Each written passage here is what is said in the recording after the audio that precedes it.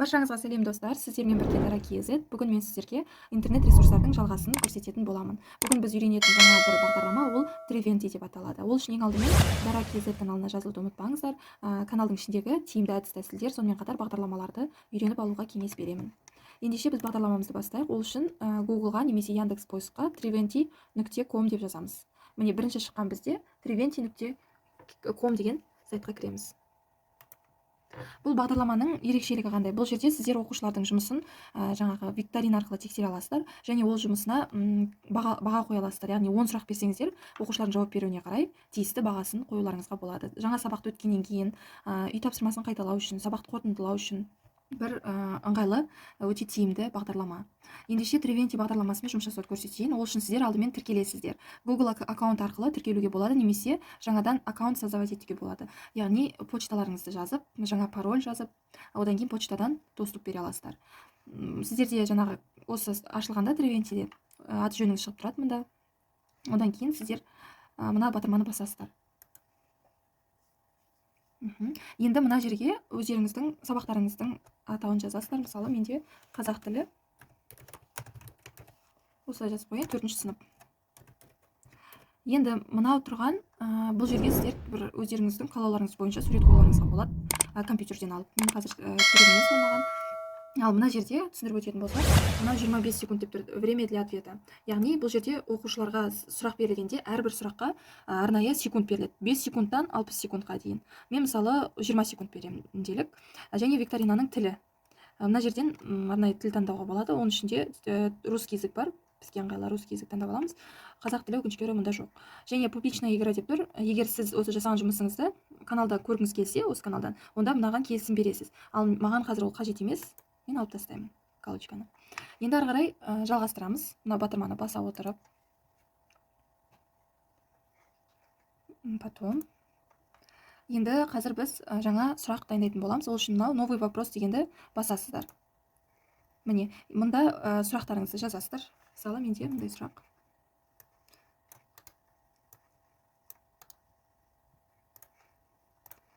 Осы жерге копировать етіп ставить етіп қоямыз. Және правильный ответті, мысалы, мен осы жерге жазам. Дұрыс жауапты құралай деп. Және жаңағы басқа нұсқаларды мына жерлерге жазып шығуларыңызға болады.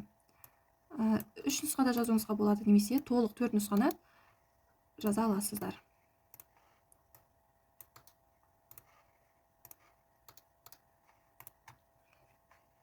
Төртінші. Міне мен 4 нұсқада жауаптарын жазып шықтым. Бұл жерде дұрыс жауап құралай. Яғни осылай үстіне басқанда дұрыс жауап шығады. Мұнда подсказка жазуларыңызға болады.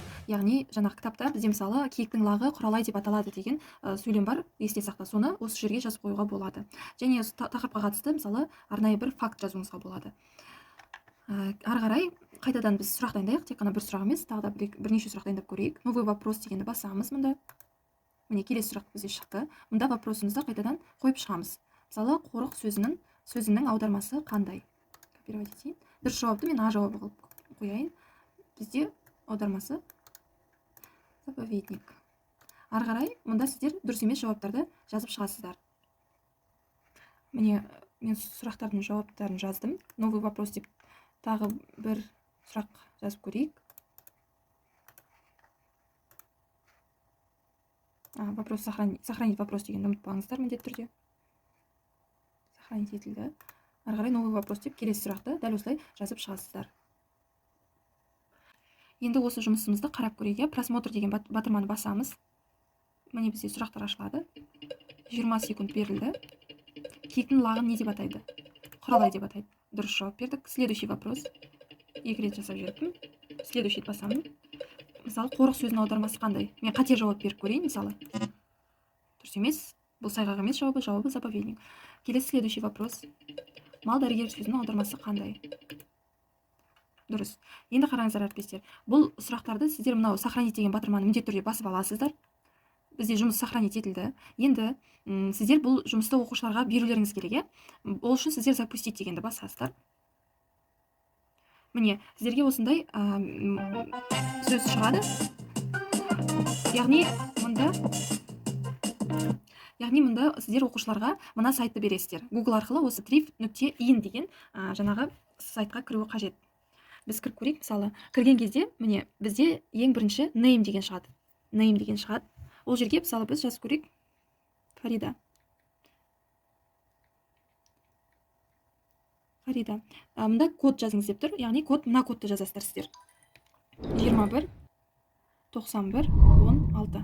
21 91 16. 91 16. Енді мына батырманы басамыз.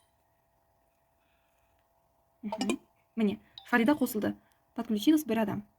Мысалы, мен әлі ойынды бастаған жоқпын, сондықтан телефонда күте тұрыңыз деп шығады. Ал енді мен бастап көрейін. Ол үшін батырман басамыз. Начать. Телефонға қарап отырыңыздар. Міне, яғни ойын басталды. Оқушы ойланады. Дейтін лағы не деп атайды? Мысалы, құралай деп атайды. Вы ответили первый, бірінші жауап берген үшінде баға қосылады. Келесі, мұғалім келесі деген, следующий вопрос дегенді басады. Оқушыға ашылады. Оқушыда секунд берілген, 20 секунд ішінде оқушы жауап беру керек. Мен 2 рет істеп болғандықтан қате жауап жазып көрейік. Міне, дұрыс жауап бермеді. Следующий вопрос.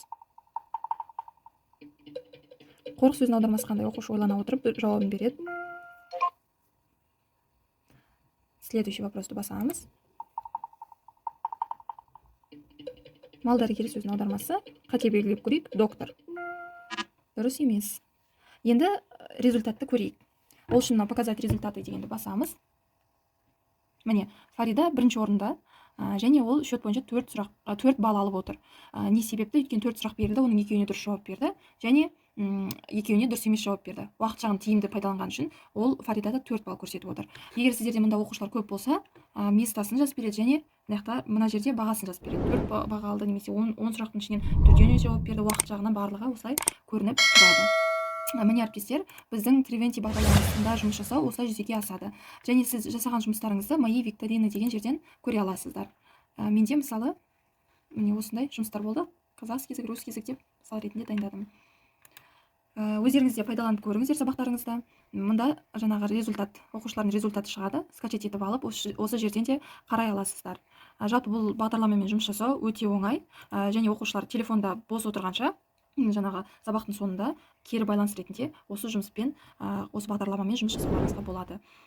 Осы бағдарлама сіздерге пайдалы болды деп үміттенемін. Барлықтарыңызға рахмет, қарағандарыңызға, назарларыңызға рахмет. Сау болыңыздар, барлықтарыңызға сәттілік тілеймін.